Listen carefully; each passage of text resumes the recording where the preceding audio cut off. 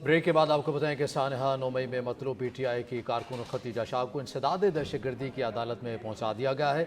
2 घंटे से ज़ायद अदालत के बाहर कैदियों की वैन में मौजूदगी के बायस मुल्ज़िमा की हालत गैर हो गई है।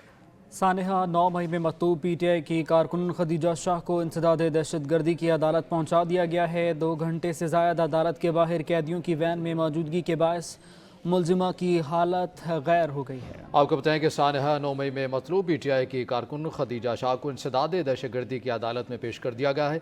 2 घंटे से ज़ायद अदालत के बाहर कैदियों की वैन में मौजूदगी के बायस मुल्ज़िमा की हालत गैर हो गई है। मज़ीद तफसीलात हम जान लेते हैं अपने नुमाइंदे नबील नकवी से। नबील, बताइएगा।